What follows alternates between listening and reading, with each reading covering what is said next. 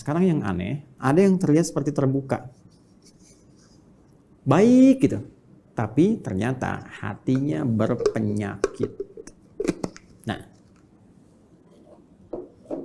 penyakitnya ini berbeda dengan penyakit-penyakit yang kufur tadi, penyakit-penyakit yang fasik tadi. Yang ini lebih kronis sifatnya.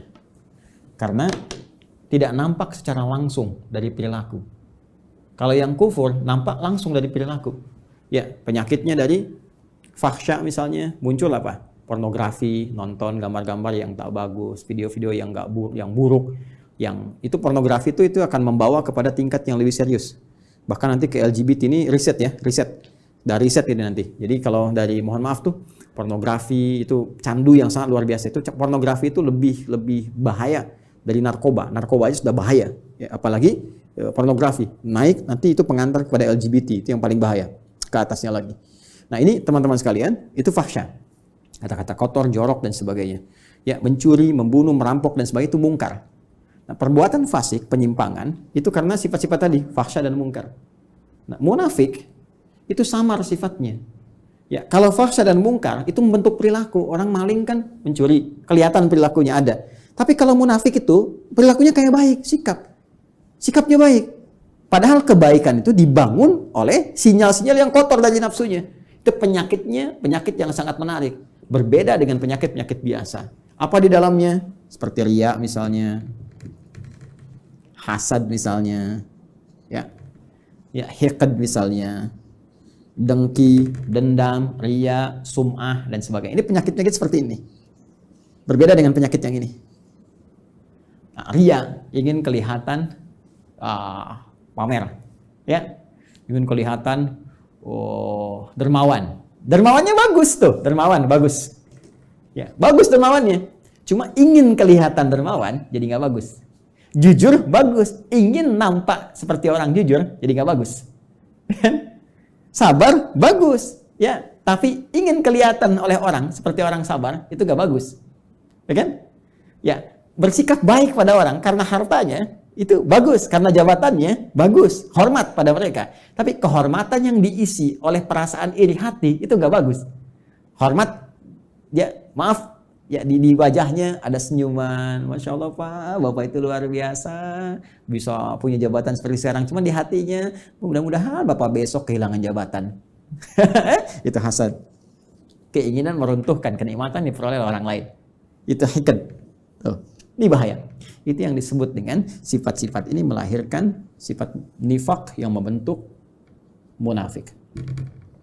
Tipikal golongan ketiga. Jadi orang munafik itu sama-sama yang ingin saya sampaikan punya penyakit di hatinya. Punya penyakit di kolbunya. Ya, penyakit yang melahirkan dampak kepada fisik disebut daun. Penyakit yang melahirkan dampak kepada jiwa, sumbernya dari kolbun disebut maradun.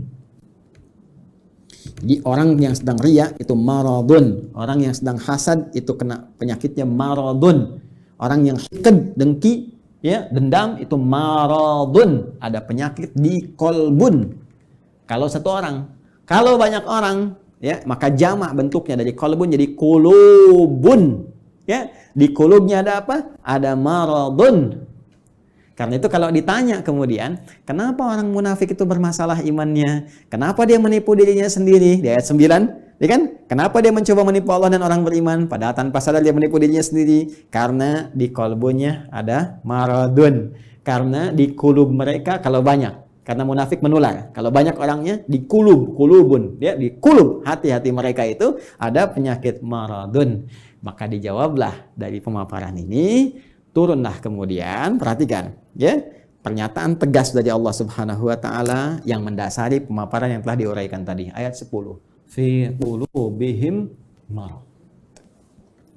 Fi qulubihim maradun. Ini fi qulubihim marad. Yang paling menarik di ayat ke-10 ini, yang Allah tekankannya tuh yang ini, khabarnya. untuk menjawab pertanyaan di ayat 8-9 tadi. Ketika Anda bertanya, kenapa sih orang munafik ini imannya bermasalah? Ya, masalahnya apanya sebetulnya? Kan kelihatannya seperti orang baik. Di mana letak masalah di imannya? Maka Allah tekankan, hei, masalahnya di hatinya itu loh ada persoalan. Di jiwanya. Ada masalah besar di hatinya yang nggak sama seperti orang normal. Ini orang nggak normal, kelihatan baik tapi hatinya berpenyakit. Kan? Ini yang ingin ditekankan. Di persoalan utama orang munafik itu ada pada jiwanya. Ini kembali ke sini tadi nih. Ini yang sedang dikuasai oleh setan dengan penguasaan yang sangat dahsyat. Sehingga nggak nampak seperti orang-orang fasik. Nggak kelihatan seperti orang kafir yang menutup diri, yang jelas perilakunya. Ya, jelas nih, arahnya jelas. Ini samar kelihatannya. Kenapa? Karena ada bahaya di sini nih. Dan bahayanya apa? Jenisnya. Anda bertanya lagi, apa ya Allah jahat? Jenisnya apa? Bahayanya apa? Penyakitnya bagaimana? Marad nih. Fi qulubihim marad. Nah, ini ada penyakit-penyakit samar yang nggak nampak secara langsung, nggak kelihatan. Ya, nggak kelihatan, tapi lewat perilaku itu bisa terdeteksi. Nanti yang bisa melihatnya adalah nilai-nilai keikhlasan. Benar nggak nih? Saya mau menyumbang Pak untuk renovasi masjid. Kelihatannya di sini ada renovasi. Oh iya Pak, Masya Allah, Alhamdulillah. Sampai sini masih bagus. Berapa Pak kebutuhannya? 5 miliar. Nggak usah. Biar Pak, nggak usah buka sumbangan. Biar saya aja yang nyumbang. Kan? Sampai sini masih bagus. Benar Pak? Iya nggak apa-apa. Ikhlas Pak karena Allah. Bismillah. Nih 5 miliar. Tapi mohon Pak ya, nanti pas Jumatan dikasih tahu bahwa saya mengatasi semuanya ini. Kalau perlu di akun Bapak sebarkan dari Sabang sampai Merauke. Nah, mulai muncul. Jelas ya? Nah, ini hal-hal demikian. Nanti kalau ini dikuasai terus, dipelihara terus, maka mulai nanti muncul tindakan-tindakan anarkis dalam kehidupan. Terbawa nanti. Mula-mula nggak enak fisik. Ini penyakit munafik ini berbahaya. Marad itu lebih berbahaya daripada ya, pusing karena penyakit fisik. Ya, telat makan, asam lambung naik, pusing dan sebagainya. Itu obatnya obat fisik. Dawa, minum sesuatu, ya, enak, nyaman, sudah selesai. Tapi karena munafik, ini bahaya. Pusing karena ria, repot tuh. Obatnya nggak ada di rumah sakit. Ya, silakan datang ke rumah sakit, konsultasi pada dokter spesialis. Saya pusing dok. Di mana Pak? Hampir semua keadaan kepala saya, depan, kanan, kiri, belakang pusing. Apa gejala yang dirasakan? Itu Pak, kalau tetangga saya beli handphone baru, saya pusing yang kanan.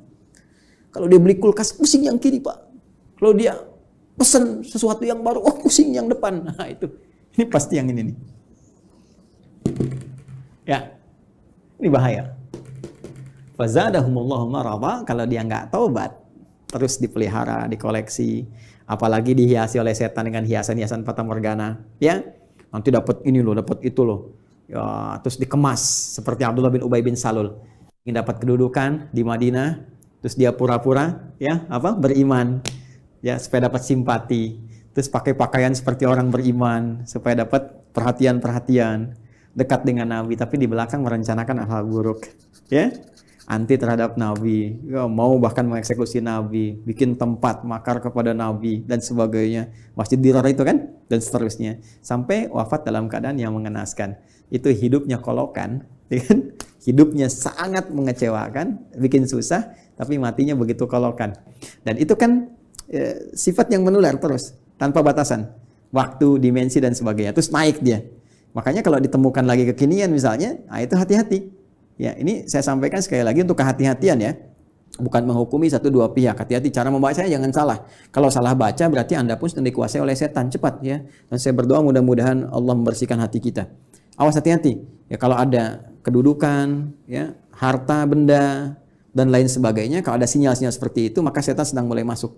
Sekali lagi saya sering katakan ini musim-musim pilkada. Kalau nanti ada bisikan-bisikan nih, wilayah pemilihnya banyak Islamnya nih, kamu pakai kerudung aja untuk menampakkan aja kamu dekat dengan mereka. Kalau perempuan, kamu pakai peci deh. Kalau bisa pakai jubah, datang ke pesantren begini, kamu untuk nampakkan aja supaya kamu dapat pemilihnya. Ah, itu hati-hati setan tuh. Katakan pada jiwa Anda, kamu jangan main-main dengan setan.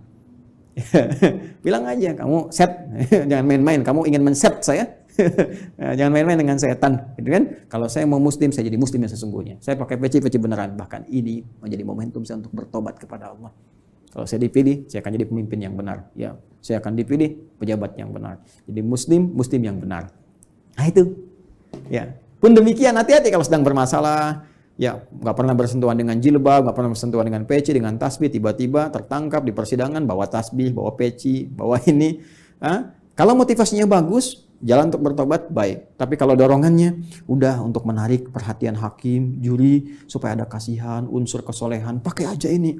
Itu pun dikuasai oleh ini kalau tidak ada perubahan yang berarti. Ya, ingat saya menyampaikan ya sebagai gambaran objektif karena dari dulu ada seperti ini. Kalau muncul lagi sekarang, berarti kita bisa hindari. Ingat ya, kita tidak menghukumi satu atau dua pihak, tapi pelajaran kita bersikap objektif untuk melihat dan mengoreksi diri. Kalau ingin berubah, alhamdulillah. Kalau tidak, itu pilihan, tidak pernah ada paksaan. Ya, ini cara membacanya.